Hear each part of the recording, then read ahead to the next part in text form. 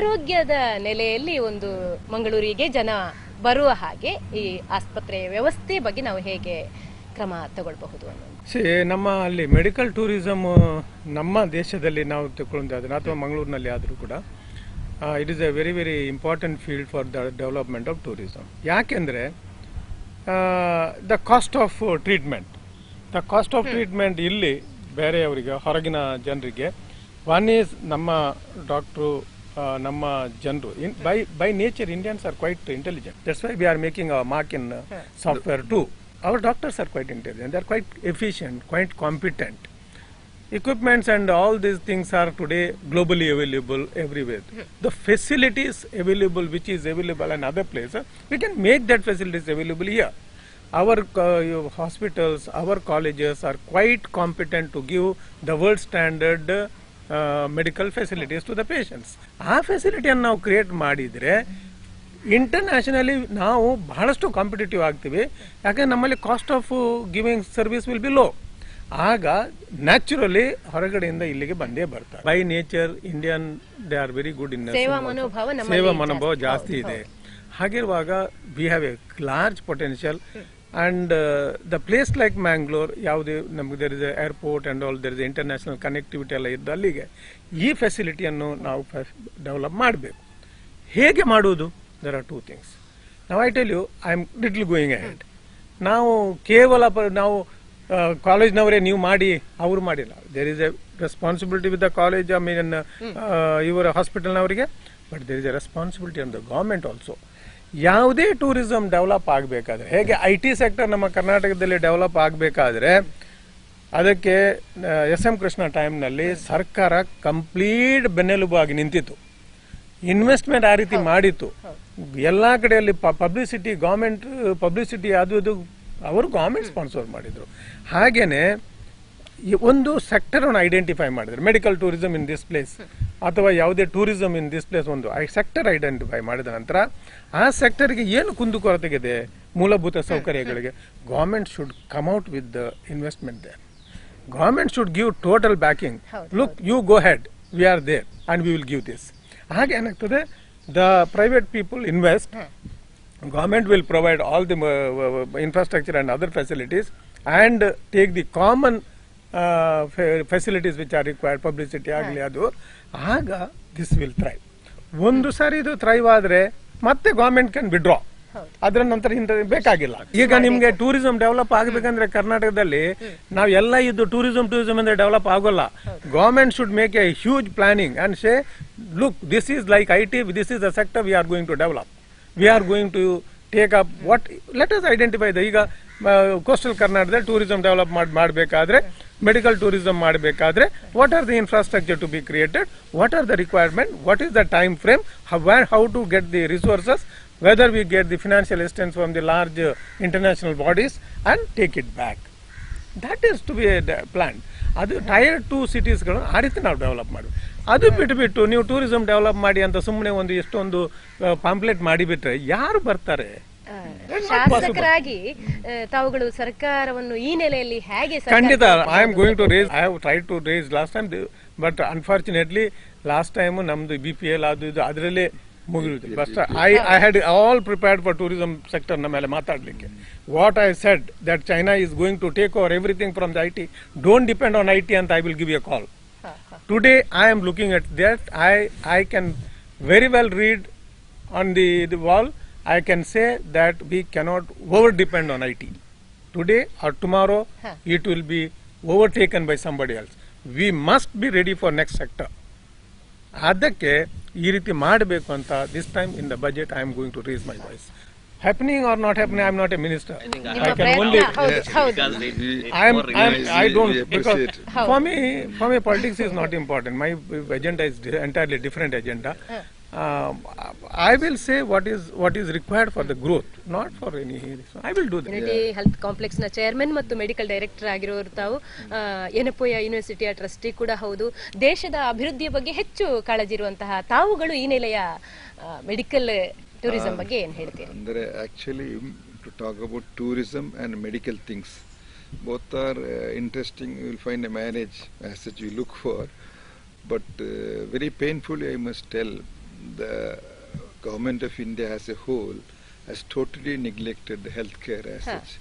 We are spending our GDP only about 2 to 3% for the healthcare, whereas the America spends about 19% there. Europe is about 10 to 15%. ಭಾರತದಲ್ಲಿ ಏನಿಲ್ಲ. And as a whole, anything is coming up is in the private sector. ಅದಕ್ಕೆ I would like to give one old memory of what actually happened when he started the first dialysis in Mangalore. Our nephrologist from Apollo Hospital came here. So I mentioned one point at that time. The common industry in Mangalore is bead industry. And bead industry is not a big industry, lot of facilities government give them. And the only equipment which has got is scissors. There is no other equipment for that, but it is called an industry. Whereas we have got multi-million rupees industries. On the cardiothoracic department has got 5 crores. Only has to be imported from outside there. So it is never even considered as industry. So once I wrote to our Apollo Hospital chairman after attending a conference that BD as an industry just ceases as equipment government recognize. But we all the equipments government still has not given recognition. The same idea she wrote to Prime Minister then Rajiv Gandhi. See, we are not recognized as an industry with all the equipments. BD only sees as equipment you are recognized. Then the reply came according to him. He said, is this the way to write to a Prime Minister? So Dr. Reddy is a good friend of mine, is always worried we are not given enough support by the government as far as healthcare is concerned. That is our Secretary Idar, and he is strongly supporting that.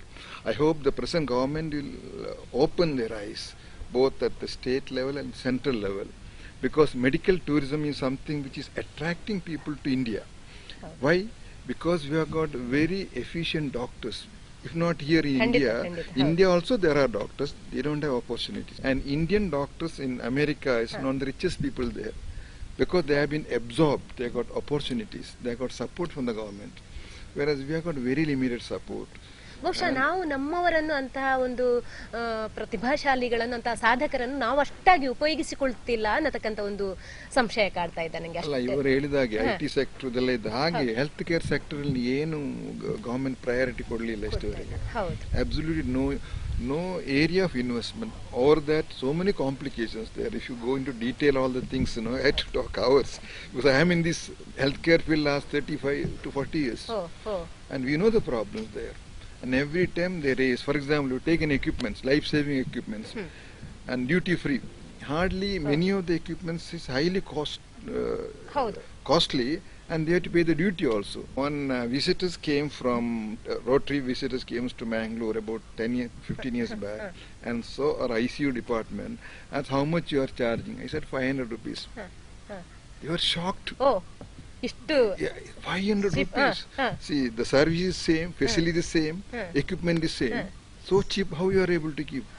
In America and all, it's about 20,000 rupees. They are not able to understand how difficult for us to deliver to our people at a low cost. So it's a great challenge for healthcare deliverers. So I hope government has to understand this there. And added to that, whom you have to give to the 70% of the people are poor people there. They cannot afford these costly things. Recently, the government of Karnataka, we appreciate, has come new schemes and all. We are happy to see today's paper there, APL and BPL, they are giving a lot of provisions.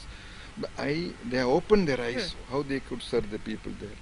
Medical tourism has got a great opportunity in Mangalore, and government should encourage for this. ಆರೋಗ್ಯದ ನೆಲೆಯಲ್ಲಿ ಸರ್ಕಾರ ಸ್ವಲ್ಪ ಹೀಗೆ ಇದರ ವ್ಯವಸ್ಥಿತವಾಗಿ ಅದನ್ನು ನಿಭಾಯಿಸುವ ನೆಲೆಯಲ್ಲಿ ಸ್ವಲ್ಪ ಮನಸ್ಸು ಮಾಡಬೇಕಾದಂತ ಅಗತ್ಯತೆ ಇದೆ. ಸರ್, ಜನರಲ್ ಆಗಿ ತಾವುಗಳು ಆ ಬಗ್ಗೆ ಮೆಡಿಕಲ್ ಟೂರಿಸಂ ಬಗ್ಗೆ ಏನ್ ಹೇಳ್ತೀರಿ? ಅದರಲ್ಲಿ ನಾನು ಇವ್ರಿಗೆ ಹೇಳೋದಾದ್ರೆ, ಒಂದು talent is there. Because of the talent only we are recognized in global.